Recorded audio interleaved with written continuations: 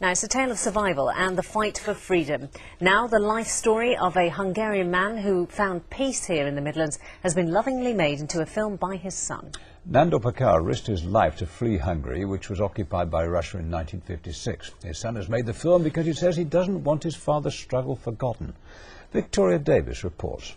A true story of a Hungarian teenager's escape from Russian communism. Nando Pekar was only 17 when he made his death-defying mission to flee Hungary and find freedom in Britain. And it's this story which has now been made into a film by his son. After the Second World War, the country itself was then invaded by the Russians. After 10 years of Russian occupation and being run by communists, my dad escaped Hungary, crawled through blinking landmines to get out of the country, barbed wires, until he ended up in Staffordshire.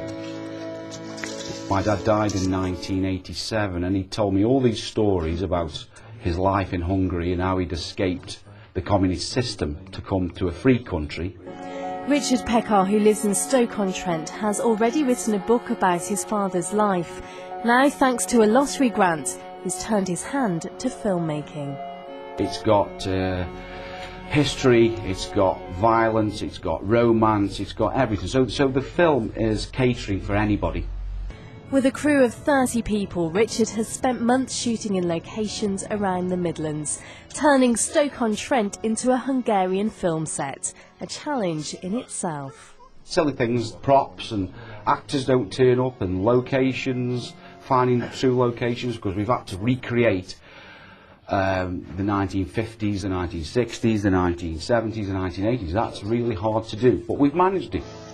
It's hoped the film will be screened at Staffordshire University in September, a fitting tribute to an incredible story of survival and freedom. Victoria Davis for Central Tonight.